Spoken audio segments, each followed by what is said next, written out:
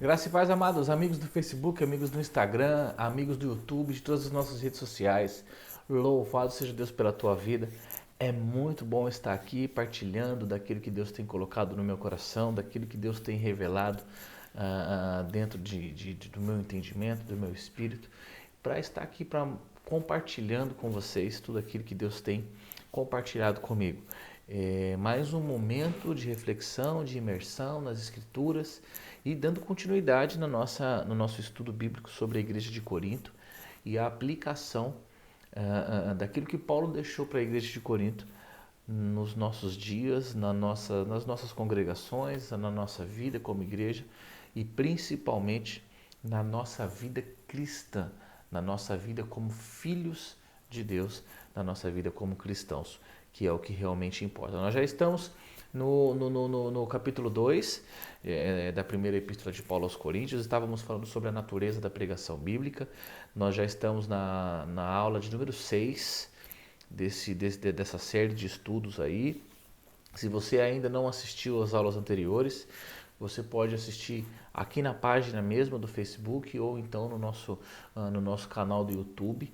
Lá no YouTube você vai lá e digita Eric Santana que já vai aparecer os nossos estudos. Então você que não assistiu às outras aulas, corre na nossa página do Facebook, tem todas as aulas lá, ou então você pode acompanhar pelo nosso YouTube. Amém? Se você ainda não segue o nosso canal no YouTube, eu peço para que você corra lá e siga o nosso canal, para que você se inscreva no nosso canal. Se você ainda não curtiu essa página, curta esta página, compartilhe este vídeo, marque pessoas, curta, comente, tire suas dúvidas, digite de onde você está assistindo, enfim, interaja conosco. E quando você compartilha, quando você comenta, quando você curte, quando você se inscreve no nosso canal no YouTube, você está participando desse ministério junto conosco, você está sendo coparticipante da obra de Deus mediante esse ministério. Amém?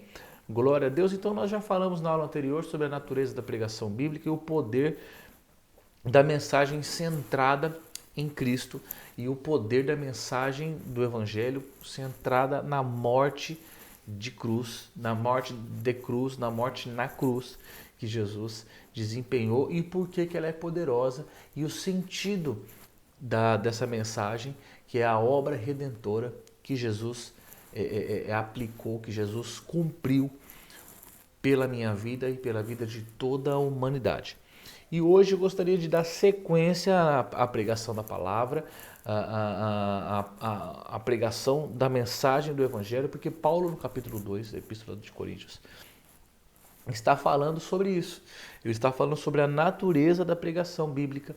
Ele está explicando para a igreja de Corinto como que eles devem pregar a palavra de Deus, como que eles devem aplicar a mensagem do Evangelho na vida de todos aqueles que fazem parte da igreja de Corinto.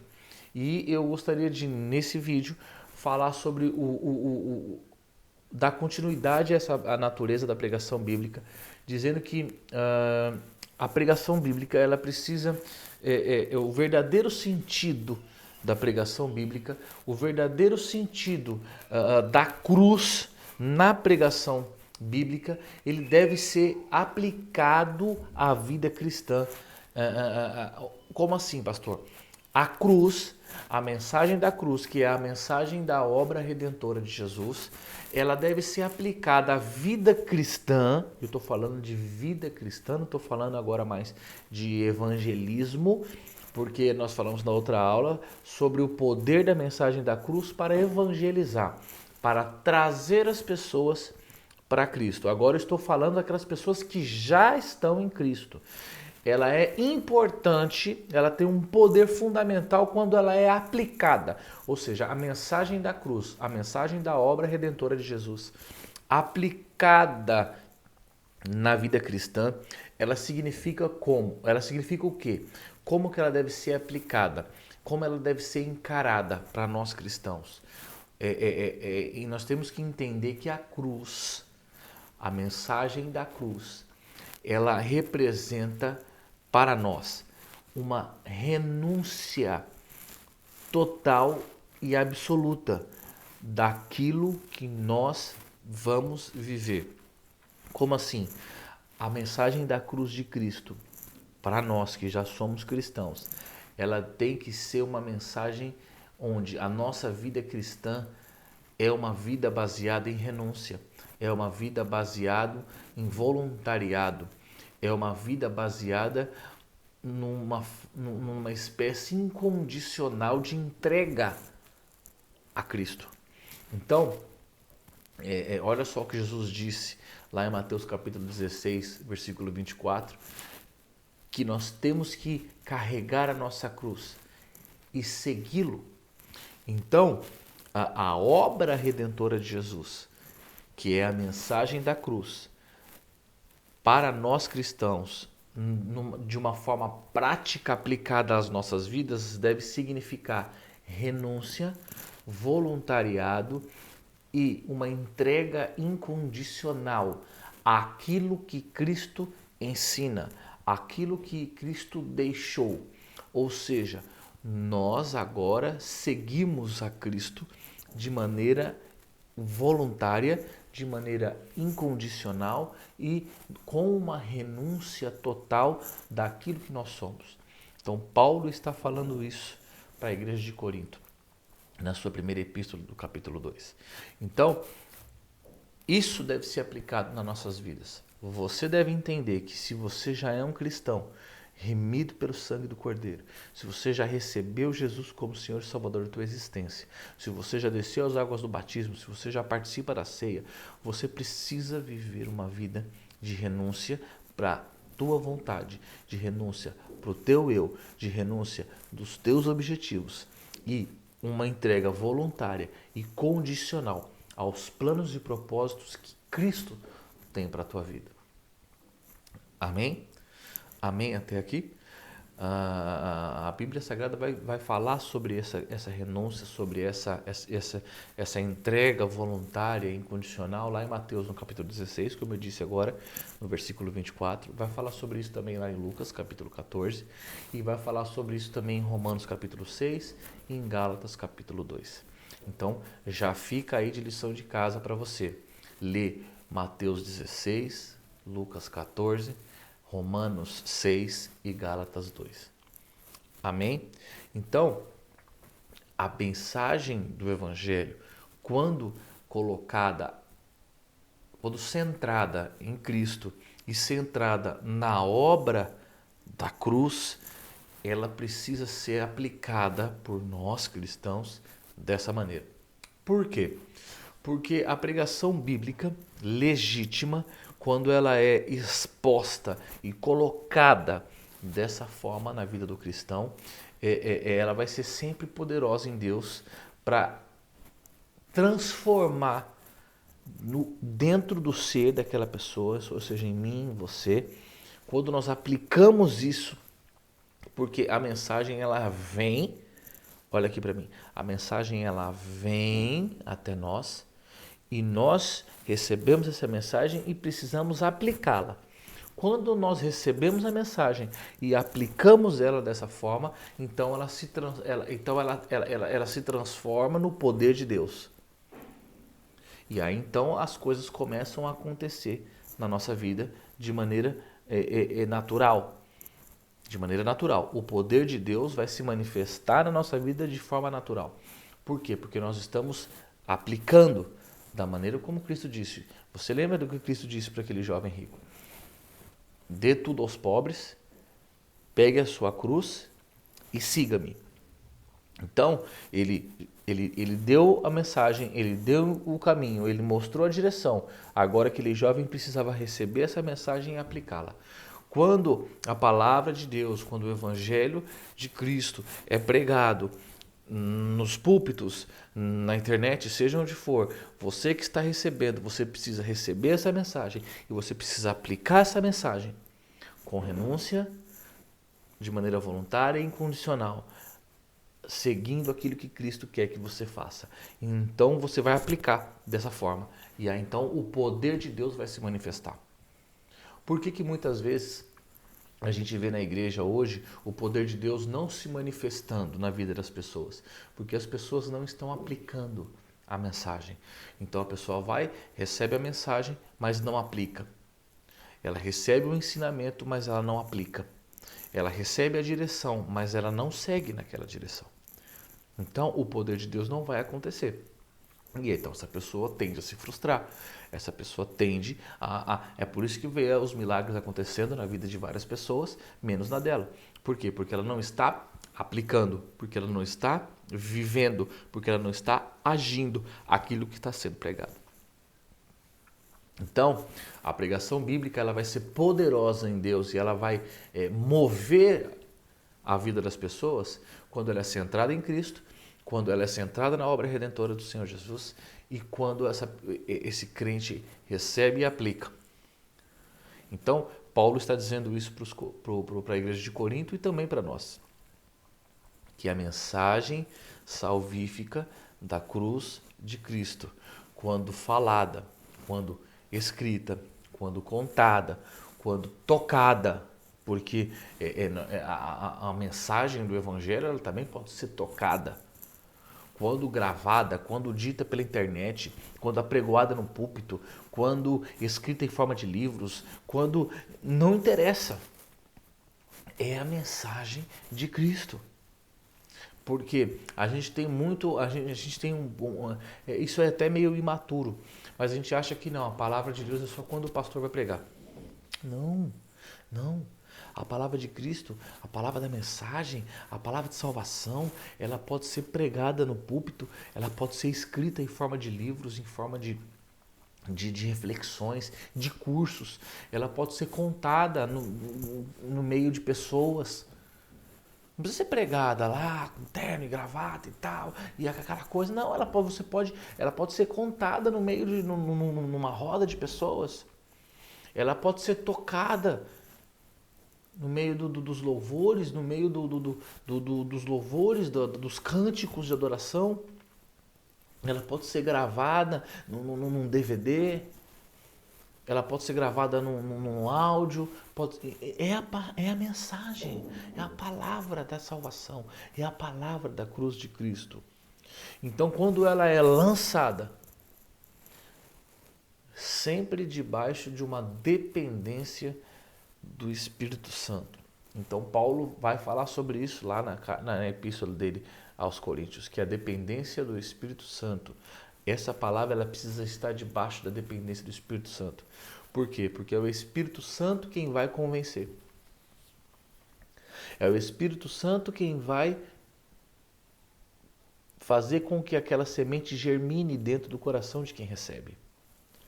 Então, a palavra, em qualquer forma, da sua multiforma, quando é lançada sob a dependência do Espírito Santo, então ela vai ser poderosa, ela vai ser eficaz para que a obra de Deus seja realizada na vida daquela pessoa que está recebendo.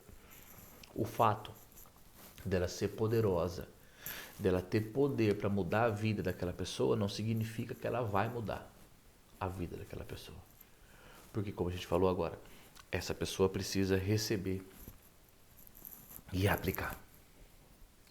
Porque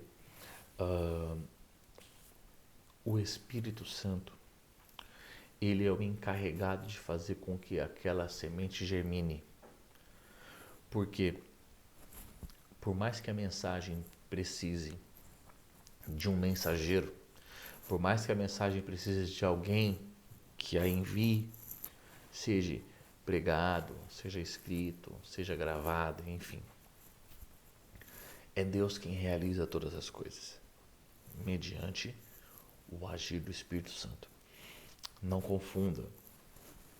Eu já falei sobre isso nesse curso, nessa série de estudos. Jesus, o Cristo, a pessoa do Filho, ela tem um papel na salvação. O Pai tem um papel na salvação. O Espírito Santo tem outro. E Paulo, nesse texto, do capítulo 2, da primeira epístola de Coríntios, ele vai inclusive dar o próprio testemunho dele acerca do poder da pregação, da palavra. Ele vai falar sobre isso lá em Atos capítulo 19. lição de casa para você.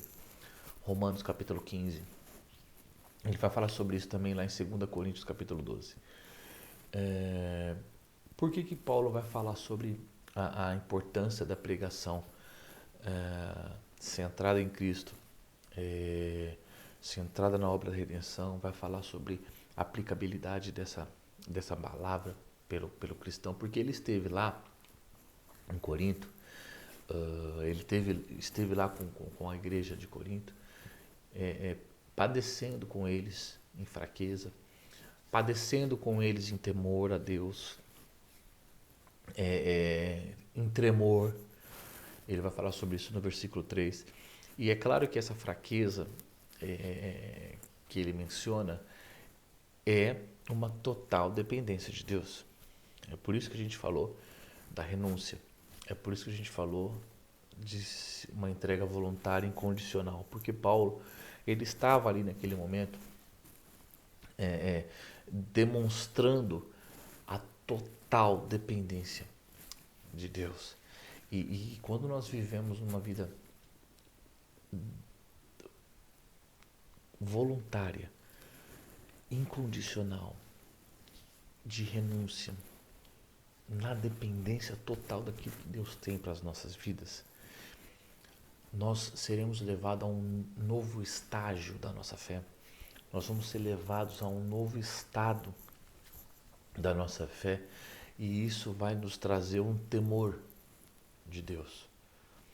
Um temor que vai transformar a maneira como nós encaramos a nossa vida.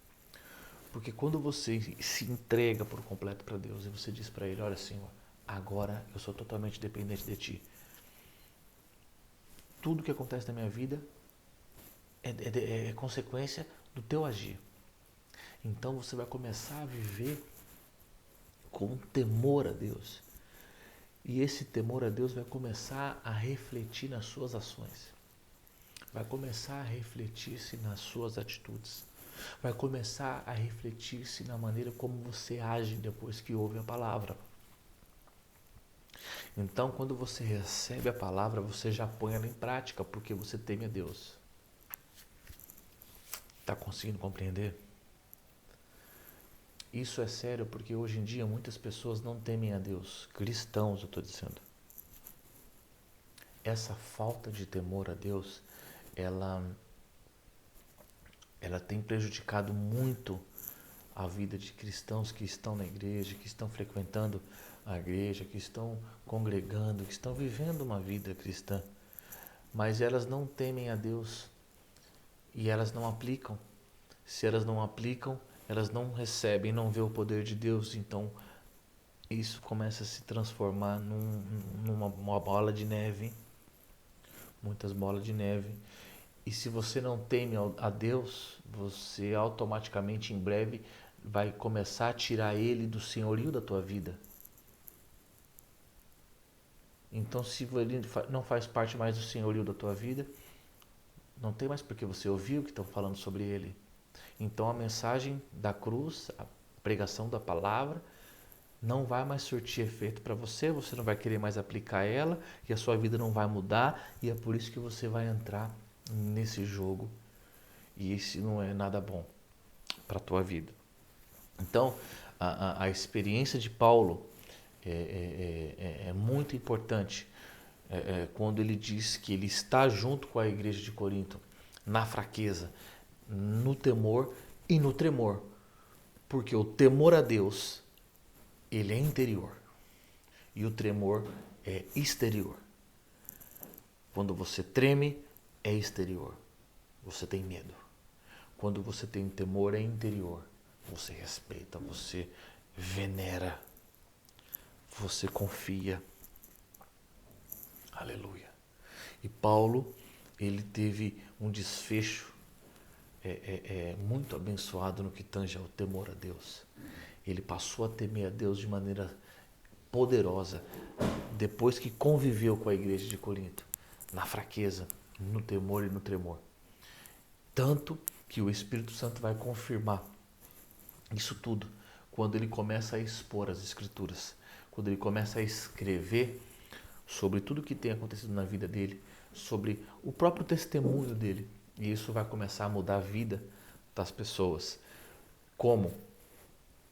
Quando ele começa a escrever as Escrituras, quando ele começa a escrever a Bíblia Sagrada, as suas epístolas, tudo aquilo que ele deixou para nós, Paulo escreveu quase um terço do Novo Testamento. Porque o temor a Deus, perceba que eu estou falando de uma sequência. Quando você teme a Deus, então isso vai se refletir de sobremaneira, porque Paulo escreveu as Escrituras. Ele começou a operar sinais, ele começou a operar maravilhas. As pessoas começaram a se converter. Oh, glória a Deus! Esse é o poder da mensagem da cruz.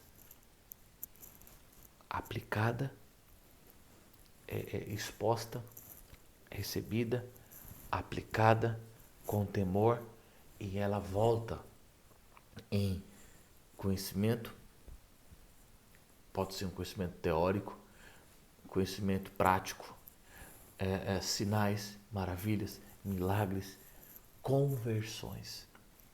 Oh, glória a Deus, mediante a tua vida. É isso que Paulo estava ensinando para a igreja de Corinto e que está ensinando para você hoje, que a mensagem de Cristo, lançada, recebida, aplicada, vai gerar em você um temor a Deus, que vai mudar a sua forma de agir no seu dia a dia, na sua rotina. E tão logo isso vai despertar em você aquilo que você precisa fazer para que vidas sejam libertas, para que vidas sejam convertidas e sejam trazidas para de perto do Pai novamente. E esses milagres vão começar a acontecer sempre, sempre quando Cristo crucificado for o tema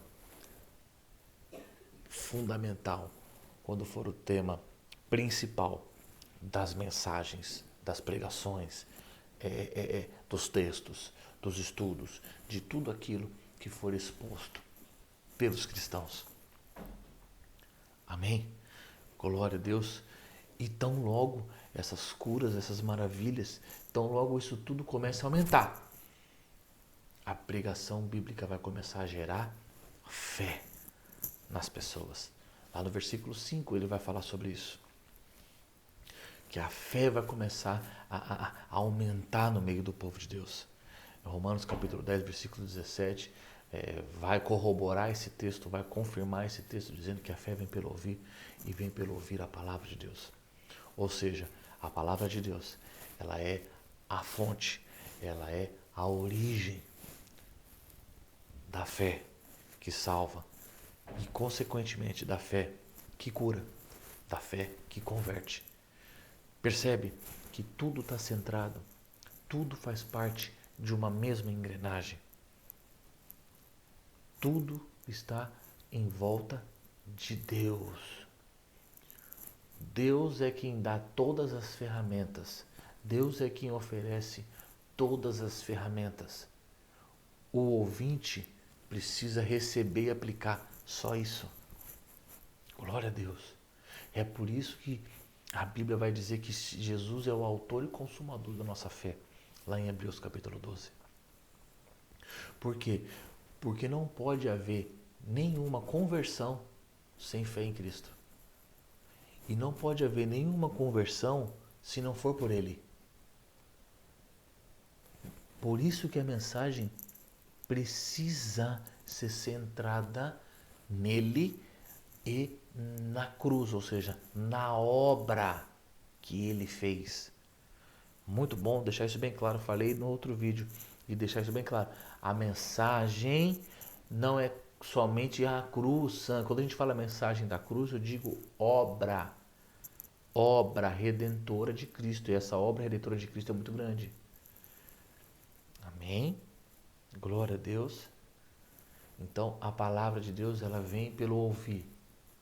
A fé vem pelo ouvir a palavra de Deus e aplicá-la, para que depois você seja cheio de temor. E aí, então mude o seu caráter. E aí isso tudo vai se refletir nas tuas ações. Você vai chegar num momento que você vai falar e as pessoas vão começar a crer em Cristo. As pessoas vão começar a crer em Deus. Porque você só está falando, porque você está só contando, porque você está só dizendo sobre algumas coisas da tua vida. E aí, quando você perceber isso, você não vai mais precisar ficar com persuasão intelectual, você não vai precisar de sabedoria humana, não. Porque tudo o que as pessoas precisam já está em você. Porque Deus já te deu todas as ferramentas. Você só aplica.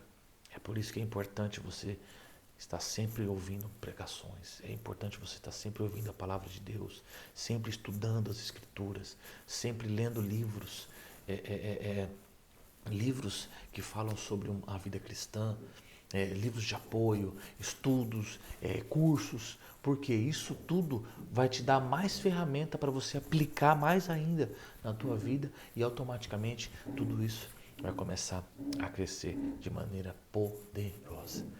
Amém? Glória a Deus. Por hoje nós vamos ficar por aqui.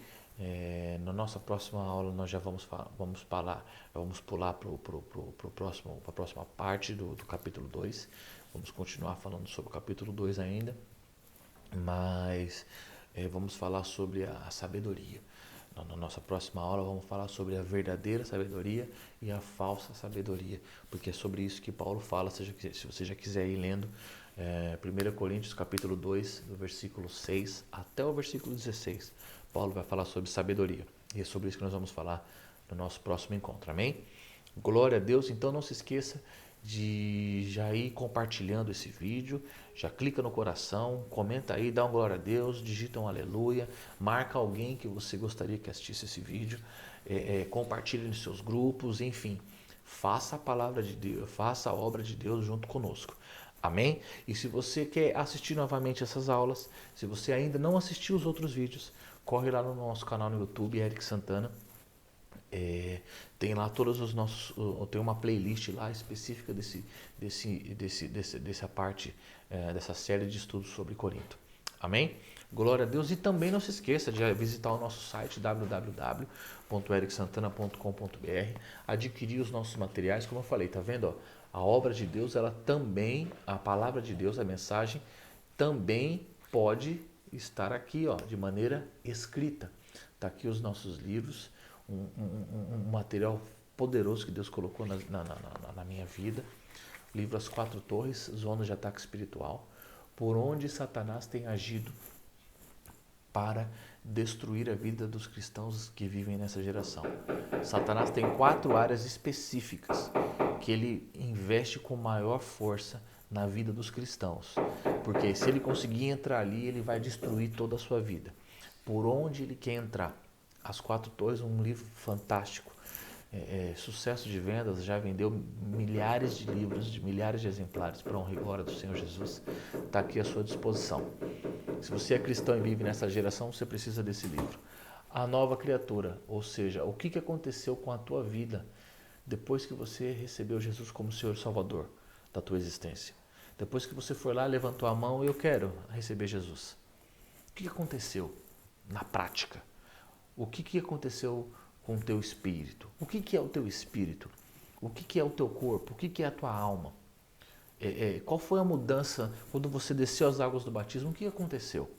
No que você se transformou? A nova criatura. Você precisa também desse livro. E o meu último lançamento, mais recente, certa vez os discípulos de Jesus disseram para ele assim: Mestre, ensina-nos como orar, porque João o Batista já ensinou os seus discípulos. Você tem orado, você aprendeu a orar com quem? Quem ensinou você a orar? Porque Jesus deixou uma oração, a oração do Pai Nosso, como um modelo de como nós temos que orar. Então, como você tem que pegar essa oração e aplicar ela na tua vida? Não é para você ficar repetindo ela toda noite. Não. Essa oração é uma oração modelo. Cada verso representa algo poderoso e que você precisa aplicar. Por exemplo, olha aqui, capítulo 6. Seja feita a tua vontade, assim na terra como no céu. O que significa esse verso? Como eu devo aplicar esse verso na minha vida, na minha oração? Então, está aqui, destrinchando o Pai Nosso. Então está aqui, ó, o Pai Nosso como modelo de oração diária. Você precisa desses livros, www.ericsantana.com.br, você consegue adquirir esses livros. Se você mora na Europa, nos Estados Unidos, enfim, fora do Brasil, você manda uma mensagem para mim aí nos comentários que eu vou mandar o livro para você. Daqui da Europa é mais fácil, mais rápido e mais prático. Tá bom? Amém? Glória a Deus. Até a próxima aula. Deus te abençoe.